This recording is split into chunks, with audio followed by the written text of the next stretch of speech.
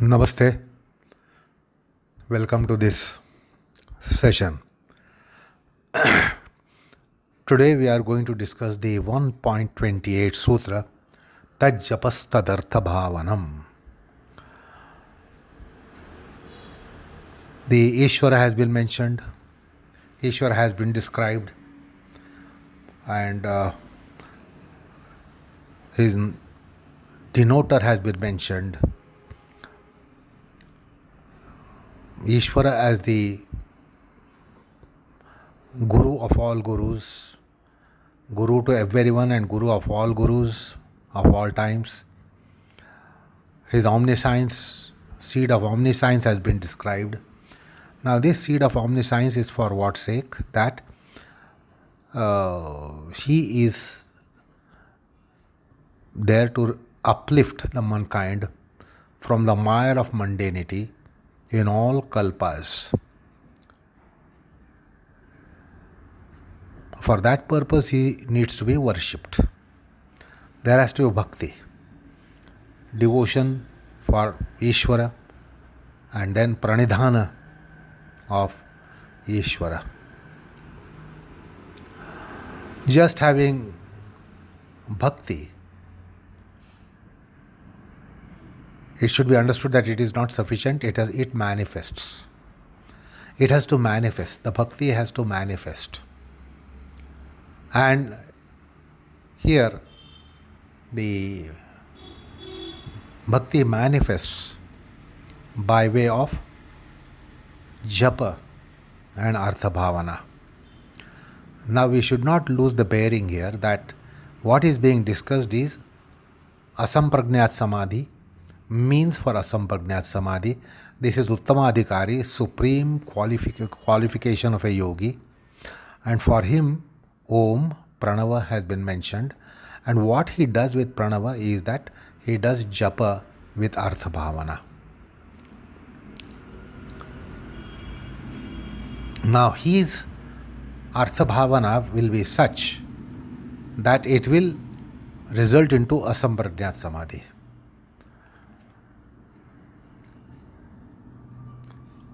We also at our level can understand what is Om, and we are given some interpretation of Om, some meaning of the Om, some purport of the Om, and therefore perhaps we will take up Pranava sadhana, Omkar sadhana, Soham sadhana.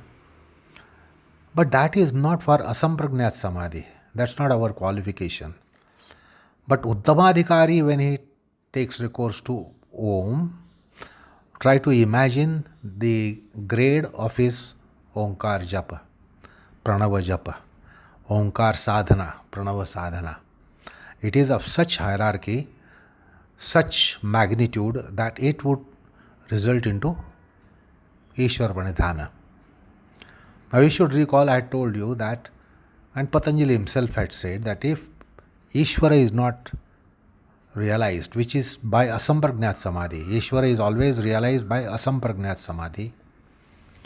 If Ishwara is not realized by Om, which is his denoter, with the same Om at least there will be realization of pratyakschetana, the finite soul, what we call as our self.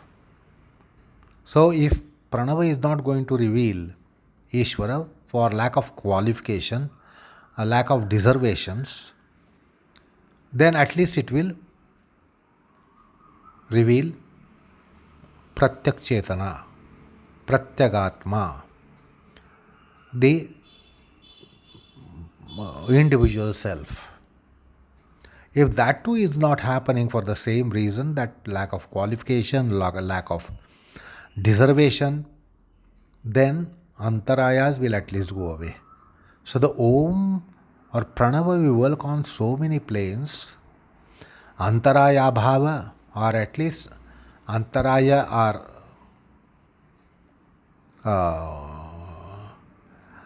made weaker and weaker so that they do not become strong obstacles. So if they don't go, they will be weakened. So in order that they do not really become obstructors. So this was discussed, and Patanjali himself has sutras to this effect. So pranava sadhana can take place giving variegated kinds of fruits which correspond to one's qualification, one's deservations. So if we improve our qualification and deservation, we will get higher fruit. If we further increase our calibration and grade and deservations, we will get higher fruits. And this can go until final ultimate fruit called spiritual summum bonum of human being. So, yogi for his samadhi take recourse to japa, and this had been revealed while we are dealing with samadhi, samprajnat samadhi, asamprajnat samadhi, or any kind of samadhi. It is always with Om.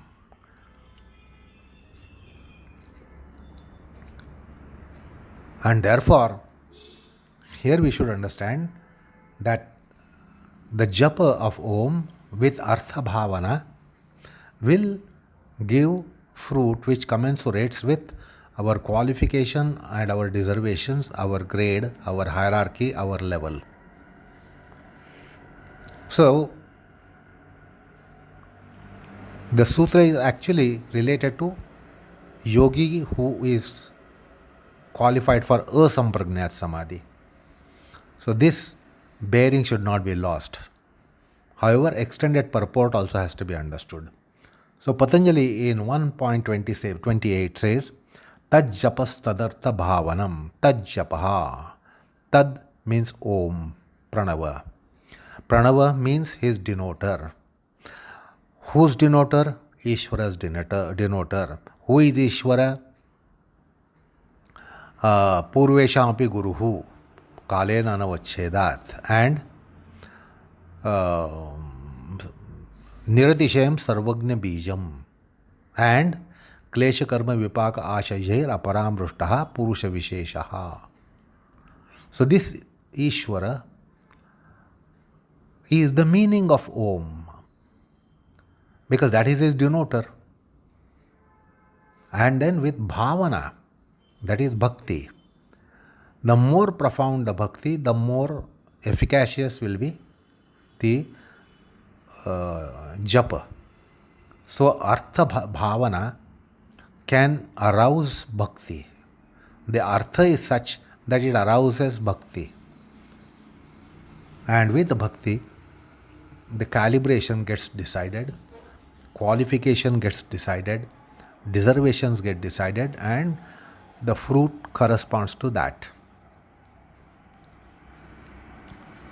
So, if you open out the sutra, it means that pranava which was mentioned by the sutra, tasya vachakah pranavaha. That pranava, that which the japa done along with artha and bhavana, that means to bear Ishwara in the mind. Because if you recall, I gave you the quotation of Bhagavad Gita, Om ityekaksharam brahma vyavaran mam anusmaran. With my smriti, you must utter Om. So with Ishwara smriti, Om should be uttered. So that is why what broadly the sutra is telling us. Arthabhavana means that this is japa of Ishwara, and therefore the concept and idea of Ishwara should become more and more deeper and more profound and more accomplished. So when the meaning of pranava opens out more and more, we will have better and better bhavana, better and better bhakti. Basically, pranava japa is being suggested in the sutra, and that is omkara japa. And what should be the arthabhavana? Tadvachya Ishwara. The denoted entity, which is Ishwara, must be subject matter of our feelings, of our emotions, of our bhavana. That's how the japa has to be done, and not merely go on uttering pranava, om, with its syllables and with phonetic effects. Arthabhava is so important. So that arthabhava gives a kind of confinement to the mind in Ishwara principle, Ishwara qualities.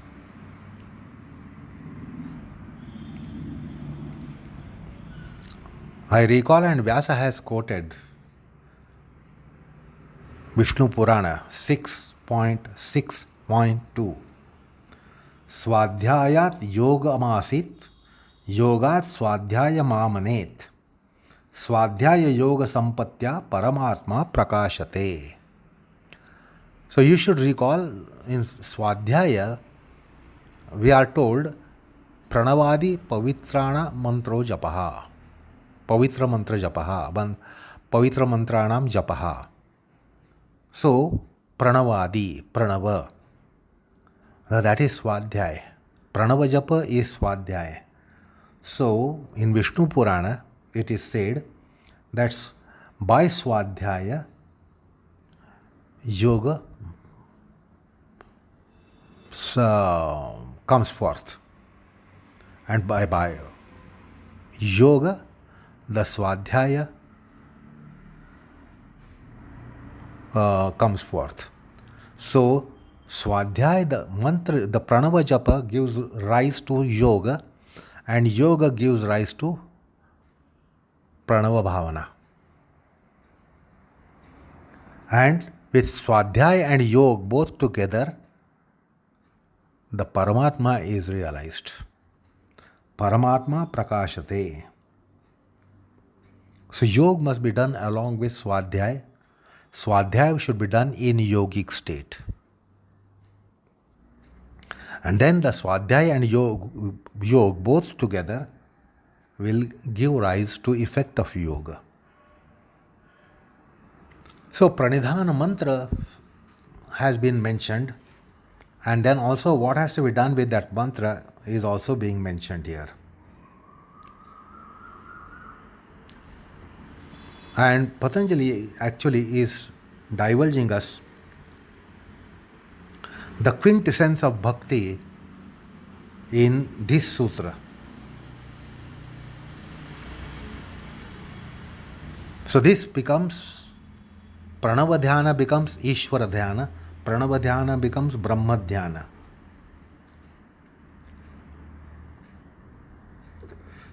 I recall Vijnana Bhikshu quoting in his commentary, Pranavena param brahma dhyayit niyato yatihi. So this is Brahma dhyana. Pranava dhyana is Brahma dhyana. Pranava dhyana is Ishwara dhyana. Ishwara dhyana is Brahma dhyana. So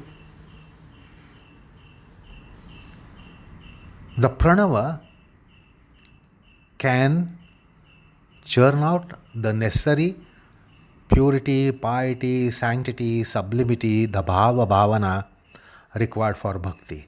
The sattvic substance of bhakti will find a sprout hole in pranava japa.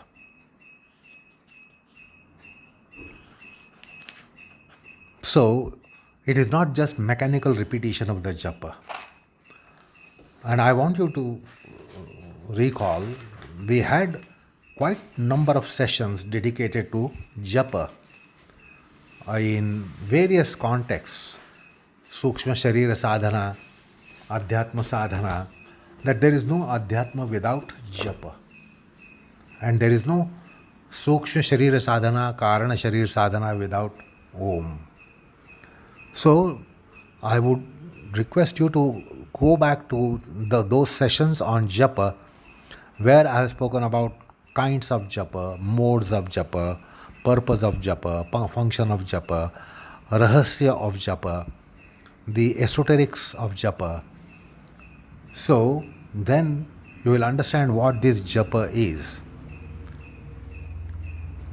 Japa is not just repetition.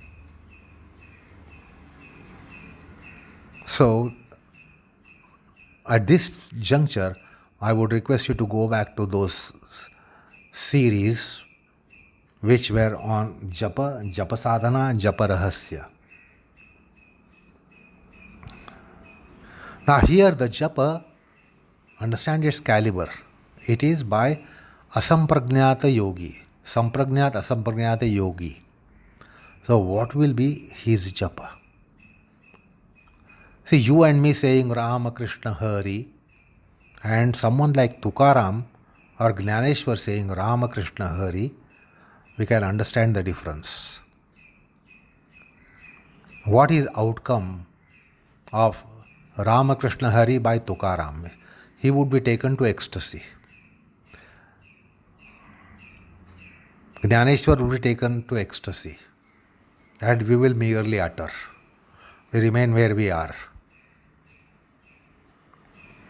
It is because of arthabhava, our resonance to the meaning, understanding the meaning basically, and then developing resonance to meaning. This is so important in japa. Then it can also definitely affect chitta laya. When it is said in cosmology that entire creation will get absorbed into Om, into Pranava, when it is pralaya time, pralaya process, pralaya phase, the whole manifest creation will dissolve into Om. If that is the case, what objection can be raised that the chitta cannot get dissolved in Om? The chitta indeed gets dissolved into Om. That is why asampragnat samadhi will actualize.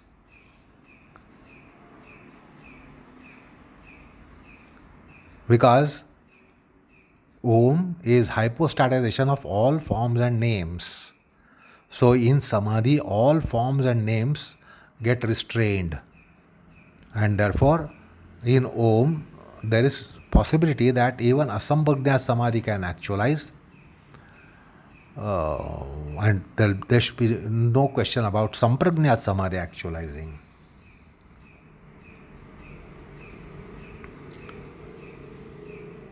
But there can be a logical objection raised up that when pranava japa is going on, arthabhava is very much wrapping the japa. The japa is wrapped by artha. The japa is full of content of artha. Then how will asampragnat samadhi of the nature of sarvavrutti nirodha will take place?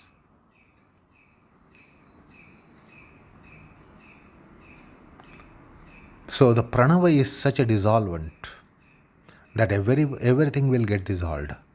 Chitta also will get dissolved when the whole creation, manifest creation of the nature of galaxies and planets and whatnot, our stars, they get dissolved. Why not the chitta? Chitta will also get dissolved. And the pranavavalamban, the support of pranava is not given up even in asampragnat samadhi, need not be given up, will not be given up, should not be given up. Yet it will be asampragnat samadhi. If your pranavavalamban has gone, that means your samadhi is revoked. So that's the mysticism, that the pranava is still there and the samadhi therefore is there. If pranava support is gone, dwindled or disappeared, samadhi also is revoked. And that would be vyuthanam. So that's how tajjapah tadarthabha is mentioned. Now in order to expand our artha in our concepts and conceptualizations, we need to look into Shrutis and Smrutis, where there is profused mention of Pranava Artha, profuse description of Ishwara and Brahma Tattva. Because Brahma Tattva and Ishwara is denoted by Om. So the Upanishads, Adhyatma Shastra, Moksha Shastra, they will tell us about Ishwara and Brahma and Parabrahma, which is the meaning of Om. Therefore, our meaning of Om will become deeper and deeper and deeper, profound and profound and profound, the more we do Shastra Avalokanam, Shastra Adhyanam, Shastra Mananam Chintanam, Shastranusandhanam. So the more we are into the Shastras, the more we will understand Brahma, Ishwara, and therefore that will enrich our Arthabhavana.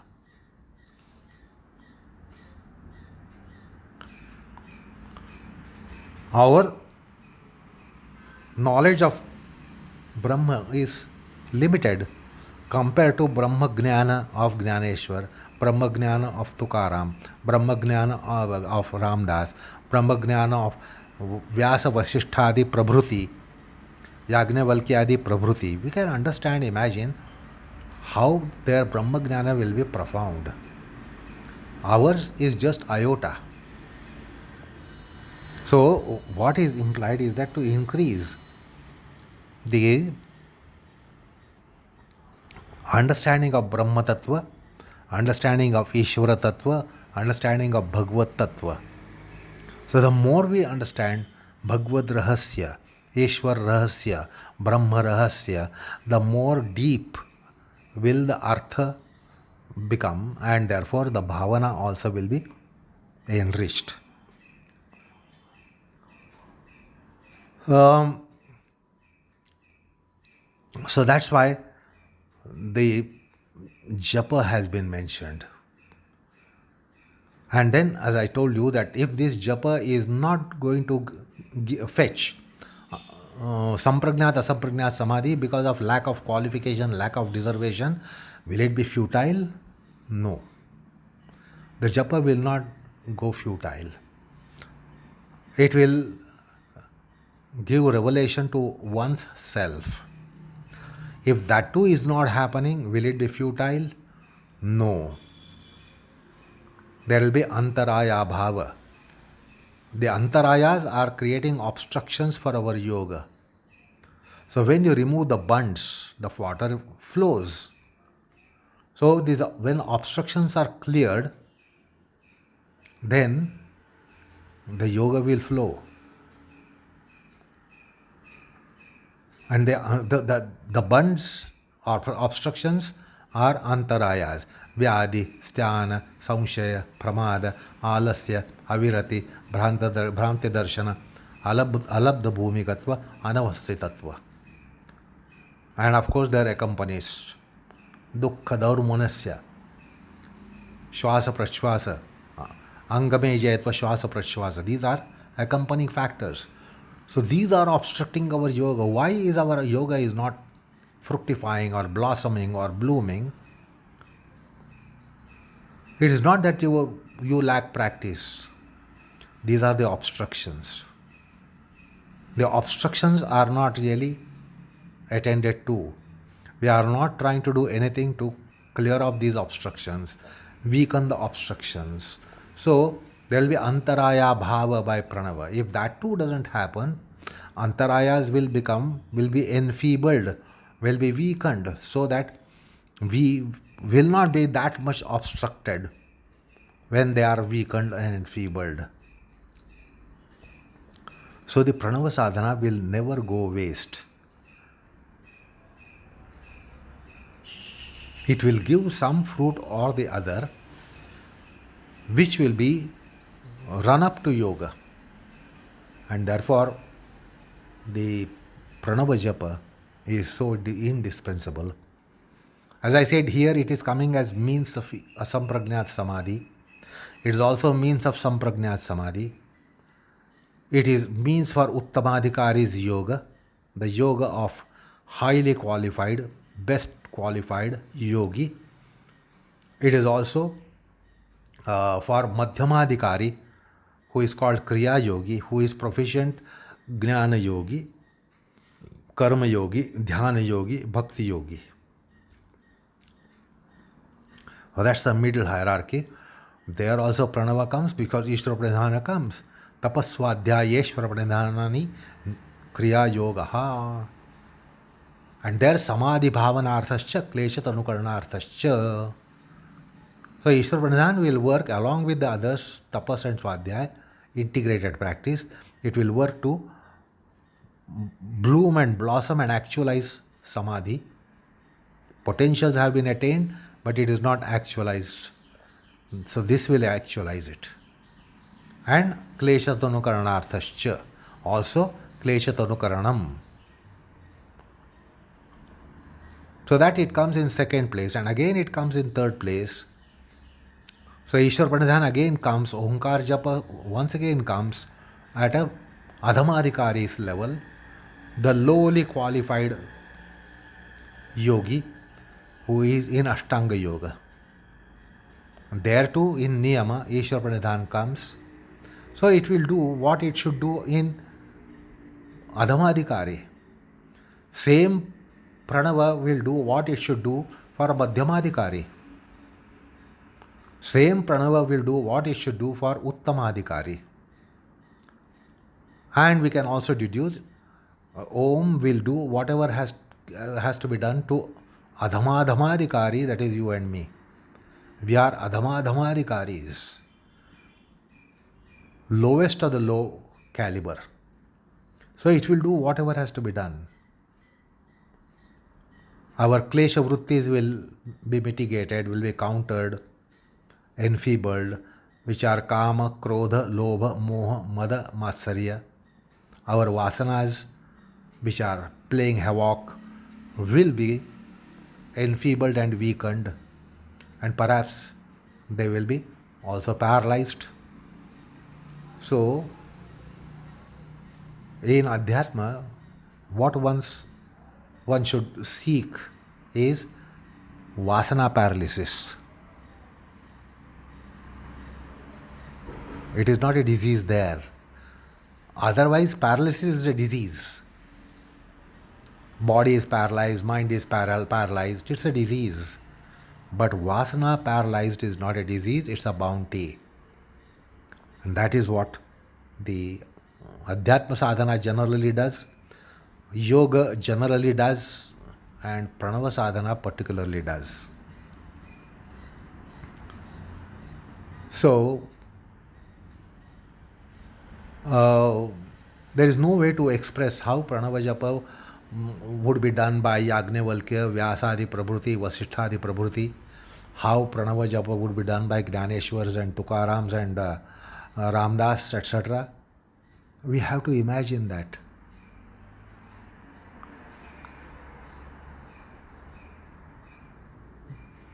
So there can be no expression about all that. However, we know that there are gradations. Uttamadhikari, madhyamadhikari, adhamadhikari, adhamadhamadhikari, anadhikari. So there are various hierarchies and levels. So this is for your imagination. What our Om does, you can experience. What Om of Jnaneshwar would do has to be imagined. What Om of Vasishtha, Vyasa, Yagnevalkyadi Prabhuti has to be imagined. So, you will understand that their arthabhava will be exponentially great in caliber, in grade and in substance, while ours is very, very fragile, weak, and with lots of deficiencies. Debilitated condition. Our arthabhavana is quite debilitated. It is not strong. It is not sufficient. It is insufficient. So, arthabhavana has to be understood at every level, our level and levels above us. how arthabhava would be becoming more and more deeper and profound, and more circumscribing and more quintessential. So that is something that this sutra tells us about. Of course, I don't have to tell you about japa, as we have already discussed the topic of japa. But let me give you some parallels between Ishwara described in Patanjali Yoga Sutra and in Yagyavalkya Smriti. This will be additional information. So it is expected that you know those sutras by heart. Klesha karma vipaka ashayjair aparabrushta purusha vishesha ishvaraha tatra nirdesham sarvagna bijam पूर्वेशामपि गुरुः कालेन अनवच्छेदात् तस्य वाचकः प्रणवः tajjapah vanam.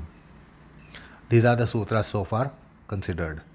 Now look at Yagyavalkya Smriti, which is on yoga. Klesha karma vipakaischa vasanabhi tathaiva cha aparamrushtam evaham purusham hi ishvara shrutihi. See the parallel, enormous parallel in Patanjali's definition in 1.24 and this particular verse of Yogi Yagyavalkya Smriti. Then, Vachya Yagneshwara Prokto Vachaka Pranava Smrutaha. Vachakena tu Vignato Vachya eva prasidati. So, Vachya Vachaka Sambandham was discussed in the sutra Tasya Vachaka Pranavaha. So, see, even Yagyavalkya Smriti has same thing to convey to us. Tadartham pranavam japyam dhatavyam satadam budhai ishvara purushakyastu tenopastu prasidati. You will get the grace of Ishwara. These are the passages from Yogi Yagyavalkya Smriti 2.43, 44, 45. 3 verses I quoted here.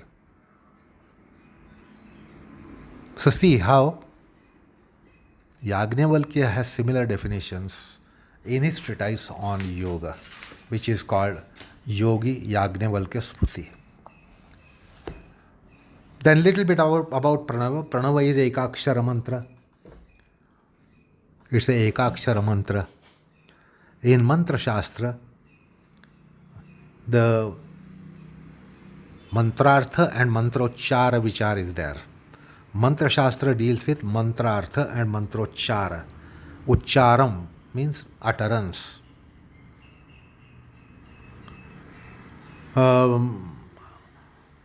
So, if you go back to the session on japas, you will get all these matters there.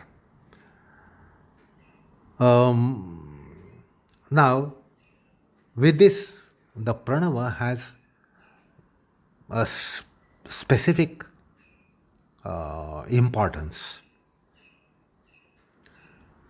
The mantrartha and mantrochara properly uttered, and it's not just proper utterance, the pranavartha must be also crystallized in the mind. Merely uttering properly, faultlessly is not going to work sufficiently. The concept of pranava should be crystallized. It should be creating an impact on the mind. It should cast a spell on the mind. When the pranava japa takes place with the meaning casting a spell, then understand the efficacy. That is what is expected in arthabhava.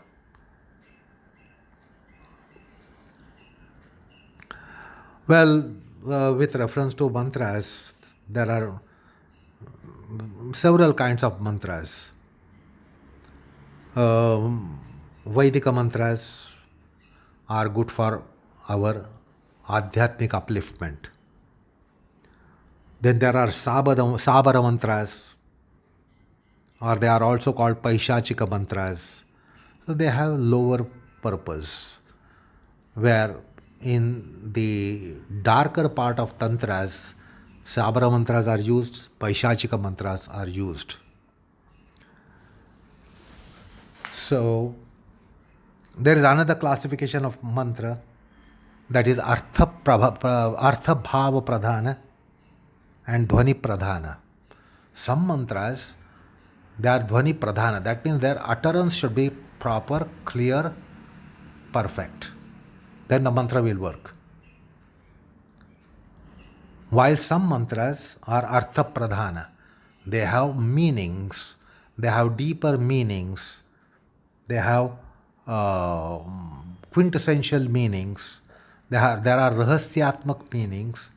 So those are artha pradhana mantras. So dhvani pradhana and artha pradhana are two kinds of mantras which come in the mantra.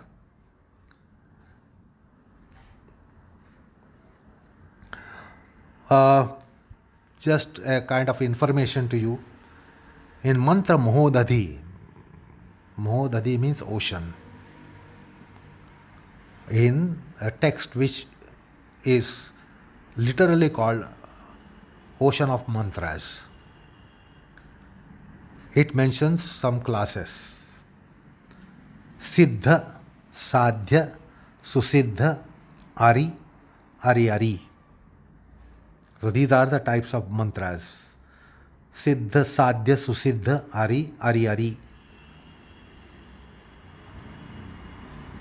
So mantra shastra, because we are supposed to look into mantra shastra for pranava, japa shastra for pranava, adhyatma shastra for pranava, yoga shastra for pranava, vedanta shastra for pranava, dharma shastra for pranava, because pranava is explained in different dimensions of it in all these noble shastras. So in mantra shastra also, pranava is mantra raja, a king of all mantras, and therefore it has its perspective to present about mantras. The mantras are either uttered, you can expressly utter the mantra Om by using the parts of oratory organ.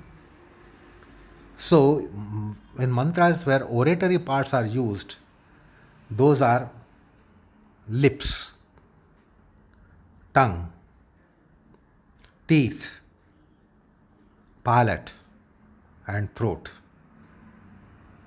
So mantra shastra describes the esoterics of these parts or organs of oration.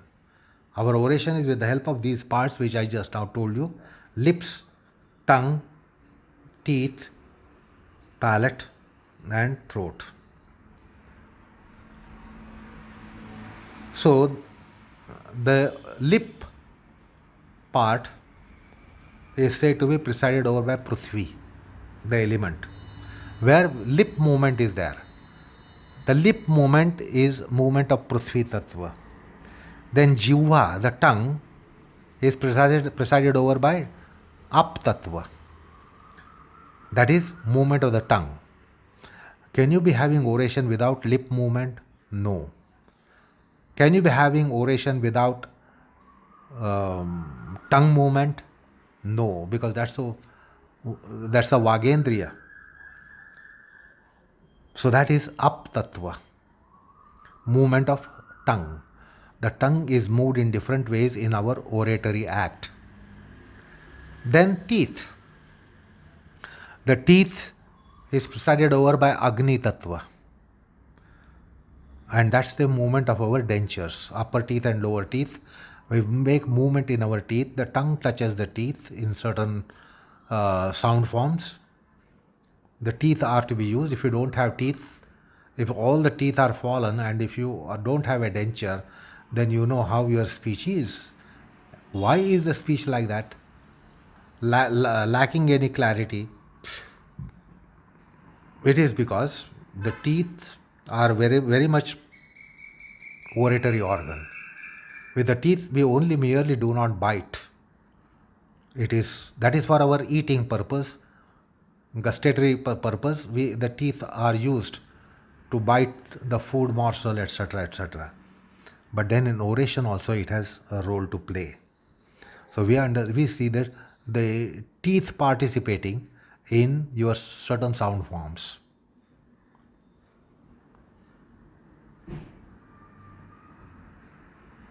So if you look at the Shiksha Shastra, Ka Kha Ga Gha Nga, A A I U A, this without tongue movement, without the teeth movement. You don't have to touch the tongue to the teeth while you are uttering vowels. Then the Ka class, Ka Kha Ga Gha Nga, Tsa Tsa Za Za Na. Again the teeth don't come. Ta Tha Da Dha Na. Teeth don't come, the palate comes. Ta Tha Da Dha Na. You need teeth. The tongue must hit the teeth. If you don't have teeth, then your Ta Tha Da Dha Na is unclear. Pa Pha Ba Bha Ma. Again aushta. So you can try this out and see how you are using these oral parts, which, as I just now told you, lips, tongue, teeth, palate and throat. Yara, lava, sha, sha, sa, ha, la, ksha. So find out how you are using in these consonants these parts.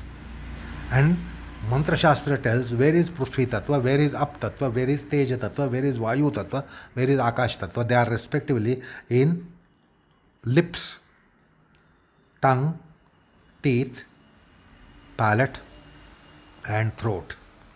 So this is the divergence of Mantra Shastra. Another thing about mantras is that, about Mantra Siddhi, whatever are the number of letters in mantra, like Panchakshari, Shadakshari, Ashtakshari, Dwadashakshari, Trayodashakshari. So those number of letters there, if somebody accomplishes those numbers multiplied by 1 crore, that is 10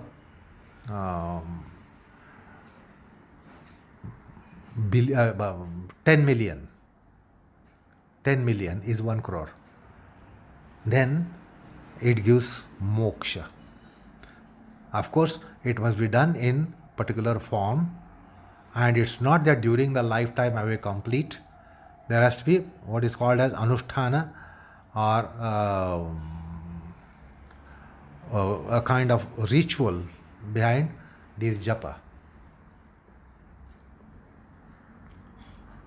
Like Sri Ramadas took recourse to 13 lettered mantra, Sri Rama Jai Jai Ram.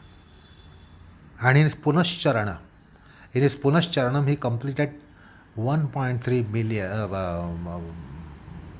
13 million.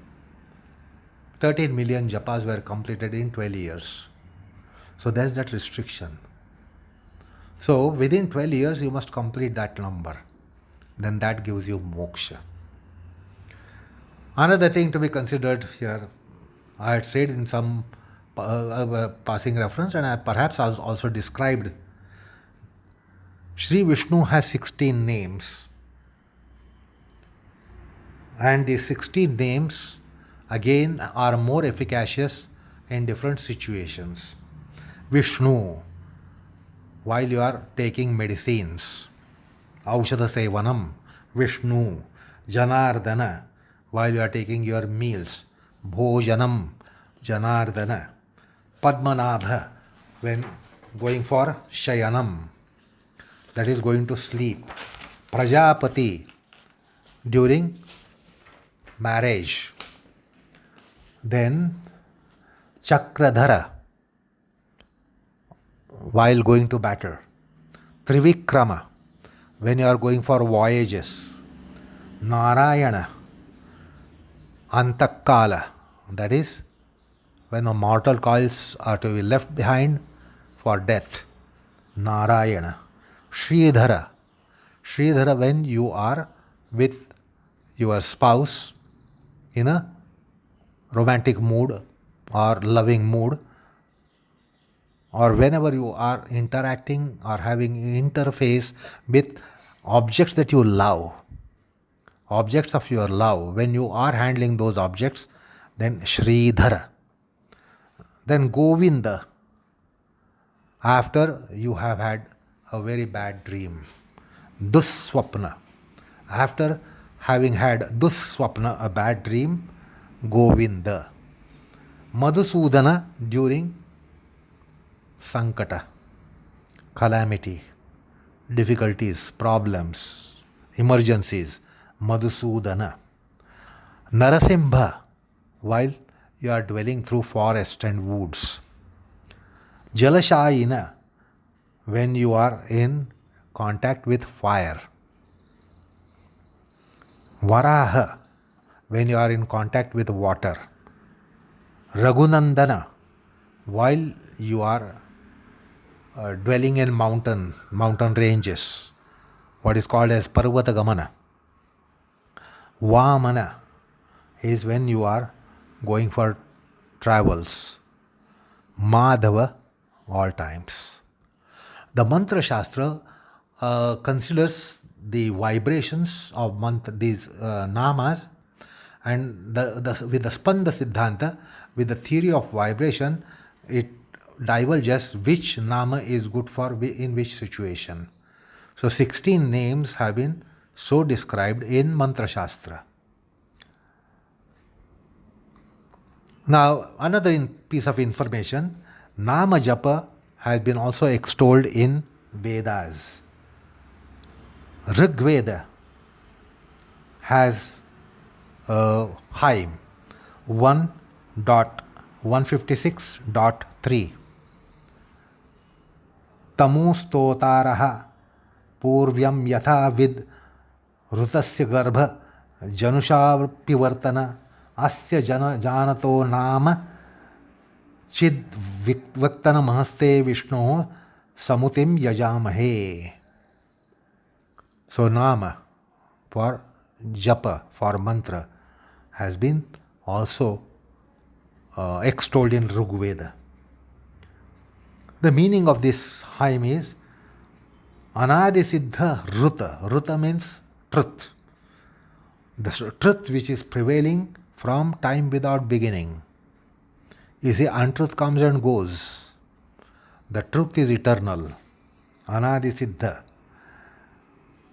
And from that, from truth, all this has ensued. The whole creation has come out of this Rutam, the Satyam.